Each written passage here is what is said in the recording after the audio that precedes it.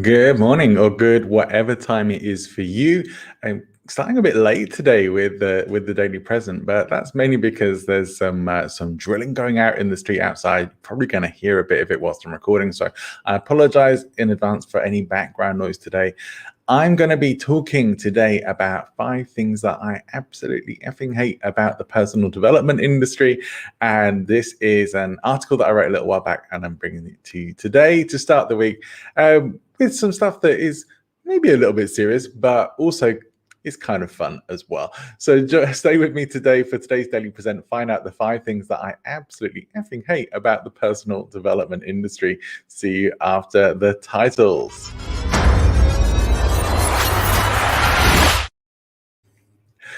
Okay, so this morning I am talking about things I hate about the personal development industry. Now, I work in the personal development industry to a great degree, and professional development as well. So it's weird then perhaps that I would come along and start talking about things that I hate about personal and professional development.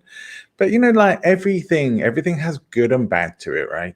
So there are good things and there are bad things, and there are always positive and negative points in any situation or any arena of industry, particularly whatever job you're in, whatever work you do, no matter how good it is, there's some downsides as well.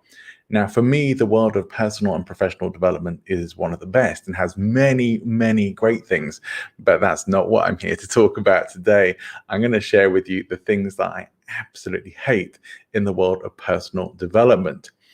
If you want to check out the article that I have around this, then please do go and visit my LinkedIn profile. You'll find that article there on my LinkedIn profile. Just look for John Abel on LinkedIn and come connect with me there as well. It's always great to connect with new people on LinkedIn. We can chat as well if you want. You can ask me questions and connect with me. Tell me a bit about what you do, and maybe we can see where we can even help each other. If you're not already following me on YouTube, please do make sure you check out Present Influence on YouTube. You click the like button, click subscribe, and let's click that bell icon. Make sure you get updated of all the latest videos coming out as well. So what's number one on the list? Number one on my list of 5 things I absolutely hate. Let's just get my banner up so everyone knows what I'm talking about if you just come into the show. Number one is terrible coaches. People who come into coaching often who don't have a clue what they're doing and just decide that, hey, I think I'll be a coach. And because it is still a fairly unregulated industry, anybody can set themselves up as a coach and call themselves a coach and potentially start working with clients. Now, what I will say is when I very first came into the world of coaching, one of the things that I saw going on was, especially as this was like a time that the UK was heading into economic recession, a lot of people thought coaching might be their way through this. So lots and lots of people were training as coaches or just setting themselves up as coaches, maybe not even training. And what happened, because so many people were coming through, of course, there were many good coaches and also lots of bad ones as well. And over time, most of the people who weren't actually any good at coaching, who should never have been in coaching in the first place, have gone by the wayside. But also many great coaches have as well. Many great coaches have gone by the wayside because they don't know how to market their products or services, or they just want to coach. They don't want to do all the marketing and stuff, or maybe even sometimes feel like all that sales and marketing stuff is kind of beneath them. And I have unfortunately seen some really good coaches go by the wayside because of exactly that. The trouble with so many people coming into an industry, and I think we're seeing a bit now, especially in some particular areas of coaching and personal development training, is that often people do it as it's the next shiny object for them. So we see that there's a lot of people going into one particular area. Last year, it was helping people pivot their businesses into going online, right? And so this year is other things. But most of the people who do that, they are the people who are always moving on to the next shiny object anyway. So this year they may be focusing on one thing. Last year it was the pivot your business online thing. This year it's things like I'm seeing a lot of people, a lot of people who maybe shouldn't as well, coming into the speaking and training world as well, helping people to become better presenters and speakers. But next year they'll probably move on to something else too, as trends shift and people start start pouring into another particular area, whatever that's going to be. So they are the fad followers more than anything else. They are fairly transient. If you are in the industry and you're worried about all these people coming into your area for a while, I'd say don't panic. They won't stick around. Keep focusing on doing good sales and marketing and delivering great coaching and getting recommendations from your clients. I think you'll be just fine. Let the people come and go. Unfortunately, it's just a fact of life that some people who maybe aren't great coaches do a really good job of marketing products and services. But still, in the end, reputations end up catching up with people. People start making, especially these days, where you can complain online about anything that you don't like or you're not happy with. Then it's very easy for people to build up pretty bad reputations. Also now, we have people who are particularly vocal about exposing people who aren't very good or who are sort of getting money for nothing, as we say, or money for old rope. So the second, number 2 of my top 5 things, I'll try and get through them a little bit quicker. We don't want this to be super long broadcast, but number 2 is the cult of positivity, or we could call that toxic positivity, really. Now, I don't think there's anything wrong with having a positive attitude. But where it becomes more cultish, where it becomes more toxic, is where you are trying to mind control yourself, essentially, into always thinking positively and not actually perhaps dealing with other emotions and things that may be coming up for you. So you're not really dealing with your true emotions. You're trying to put yourself into a fake state of positivity all the time.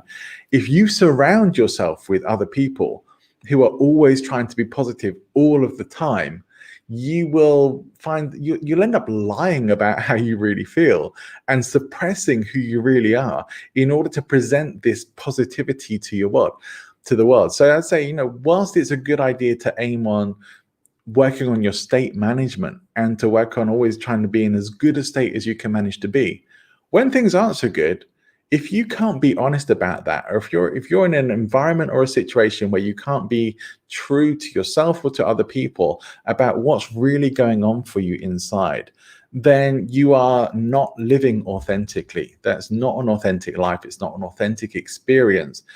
Whilst I think we should all aim to and try and train and condition ourselves to be more positive in general, if you're aiming for 100% or 99% positivity all of the time, I reckon you're rarely, if ever, going to hit it. Number 3 on my list is fake guru. Fake guru, I'm giving it away. Number 3 on my list is fake it till you make it. So this is the idea of that we should be faking success until we actually get to success. So there are different ways of interpreting fake it till you make it. So I really do have to be clear on what I mean by this.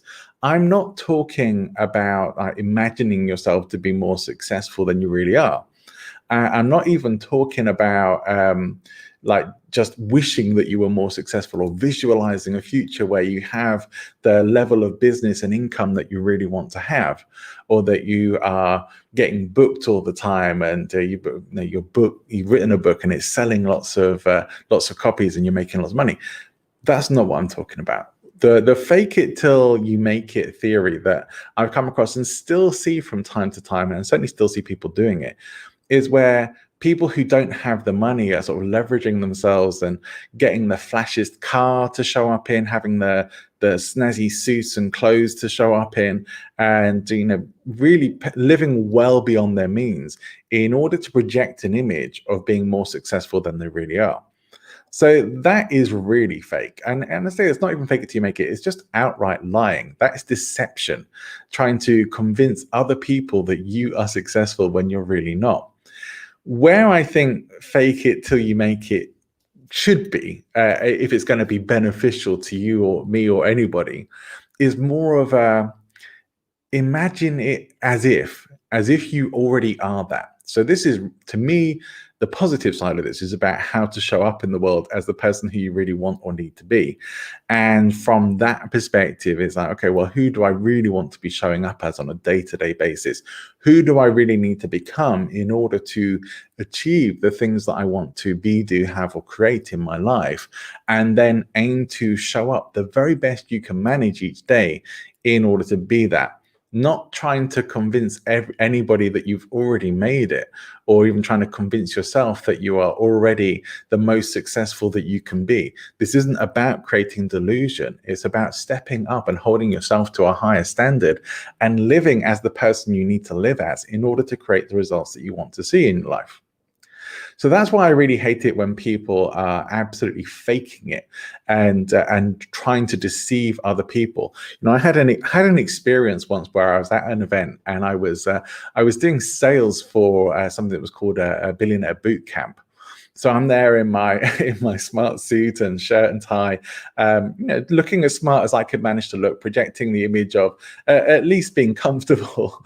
And it turns out that lots of the people thought that I was hosting that particular table because I already was at least a millionaire, if not already a billionaire. It's like, at the time, that couldn't have been further from the truth. As I was broke, and I'm there in my Marks and Spencer suit, and I turn out nice in a suit, and I look all right. But people were making the assumption, the belief, and not through anything that I was doing or saying, but just because my name was actually associated with a table that said Billionaire Boot Camp on it, that I already was a billionaire. Now, had I actually been trying to convince people that I was, that would have maybe been a fake it till you make it situation. But it also would have been an outright con.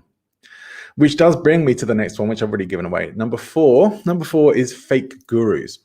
And so people who promise a lot, whip up the energy, do a great job of getting everyone super fired and pumped up, but don't actually deliver anything that really changes or lasts in people's lives. In fact, often these people end up, depending on what they're doing, costing people far more money than they will ever get as a return on what they think they may be investing in themselves and their futures.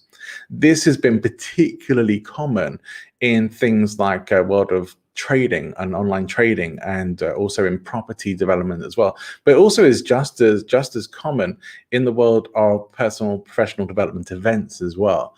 That sometimes you can go along to these things, you'll feel great, you'll get super pumped up for the whole time you're there, and at the end of it, a couple of days later, or at the best maybe a week or two later, life goes back to normal, or maybe even ends up feeling worse than before because you feel like you failed. You were supposed to have changed your life. You've turned things around. You were super pumped up. Where has all that energy and enthusiasm gone?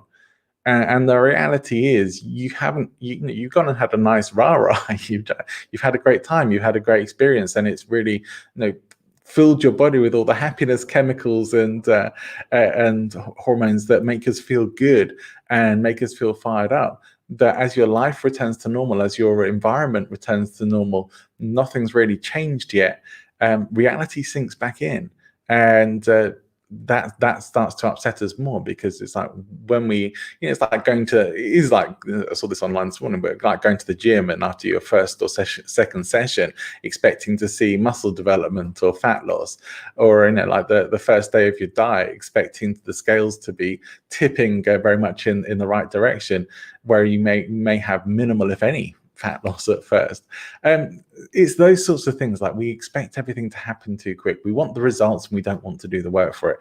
And that is what a lot of fake gurus are leveraging off. That people want magic pills, people want results, and they want them now, fast, as quick as possible.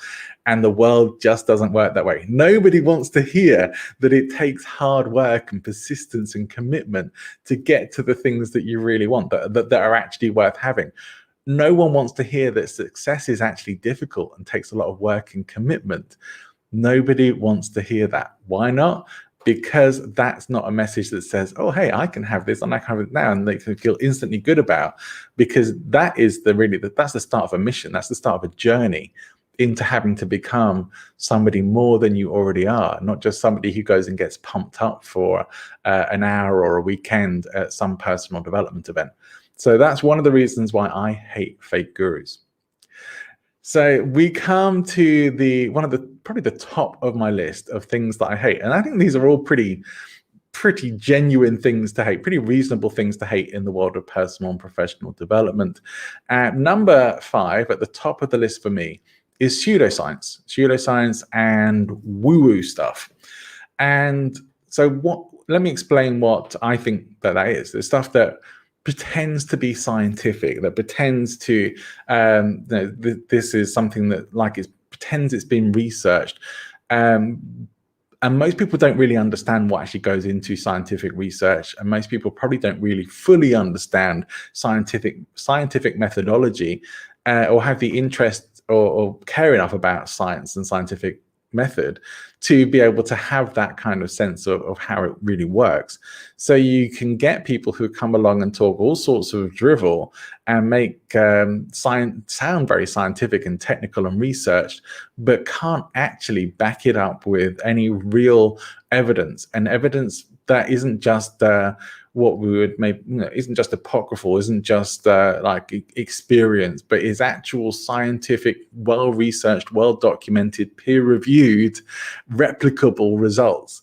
And that's what we often don't get. Sometimes you just get back and you get someone's personal experience. And we do put a lot of stock into other people's personal experiences and what other people believe to be true, especially if they deliver their story or their experience about that with a lot of passion and conviction. We are very naturally open to being persuaded in these sorts of areas. And often we're persuaded into thinking some of these things are scientific and they sound scientific when they're really not. I've certainly been guilty of falling for that in the past. And yet the more I think I got into a thing of believing this, initially believing this stuff about that quantum physics somehow would allow us to be able to create our own reality, and that we could use these principles of conscious creation in quantum physics, and it all sounded very scientific, and like, oh yeah, that makes sense. Now, I'm not saying that that's absolutely not the case. I'm just saying that scientifically, actually, these things have no basis, and most of the people who talk about this on some sort of public level actually have very little idea of the science behind it or what they're talking about. They're not qualified to talk about the physics of it, and probably don't even really fully understand quantum physics in itself. Well, I'm getting some comments in here, which is nice. So let's see. That's cool. Thank you. Thanks for these. So the pseudoscience and the woo-woo stuff is like, there's. I don't mind it being out there. What I do mind is that people teaching this stuff as if it's reality, and as if it has been tested, and as if it is like scientifically proven, when it most definitely is not. Everything has its place, and if you want to go for stuff that is very sort of spiritual, that's fine. It's up to you. It's not for me. I like stuff that actually works, and I've been disappointed and let down too many times in life by stuff that I wished was true and sounded great and sounded like a lot of fun and value, but it turned out not to be. Really turned out to be like fake and bullshit, to be honest, and really couldn't deliver on what it promised. So it's that's why I hate pseudoscience and woo-woo. It deceives people. It's like snake oil salesmen. The thing of that.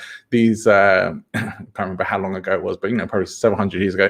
These people were going with stalls selling this snake oil, cure all your illnesses and things like that. And it's just an oil, and it didn't really do anything. But relying on anything that did happen or anything that anyone did experience was placebo effect, not actual genuine treatment or cure. And whilst there is now a lot of scientific investigation into placebo, and there is a lot of power in placebo as well, especially with certain kinds of people who are more suggestible than others, shouldn't be taken as that's a treatment in itself, or something that we should be that we can actually adapt into our own lives. It's like, well, we don't know enough yet. We can convince ourselves of a great many things. And it's always, we always want to hear the stuff that is soothing lies. We'd always queue up and hear the soothing lies than the harsh realities of life and experience. So that's kind of the thing of, this ties in so much with so many other things, like the terrible coaches, the cult of positivity, the fake it till you make it, the fake gurus, all of these things. A lot of these people will use the pseudoscience and the woo-woo stuff and things that people think have been tested and have some level of credibility and have been given that, but don't actually deserve it because people tend not to look deeper. I just ask you to think about these things. And more than anything, you know, in my coaching and the work that I do, I follow the science as best I can. I look to work with tools, techniques, methodologies that have been well researched, that are replicable, that people have good experiences with, that I've had good experiences with, and say, yeah, I can feel confident about that. Am I always right on these things? Is science always right? No, it's always changing. It's always developing, as it should be. And so if you think something sounds too good to be true and you're not really seeing evidence for it, it just sounds like a good, convincing story, I'd just say question a bit deeper. That's all. That's all you need to do. Question a bit deeper.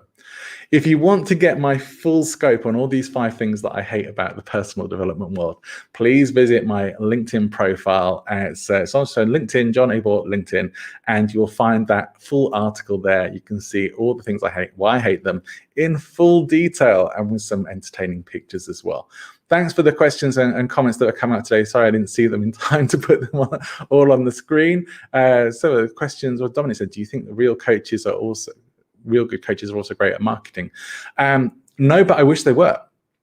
I wish they were. You know, coaches should be able to ideally just sort of come in and do the coaching. And sometimes you can get those situations where that happens, but for most people, it's not, unfortunately.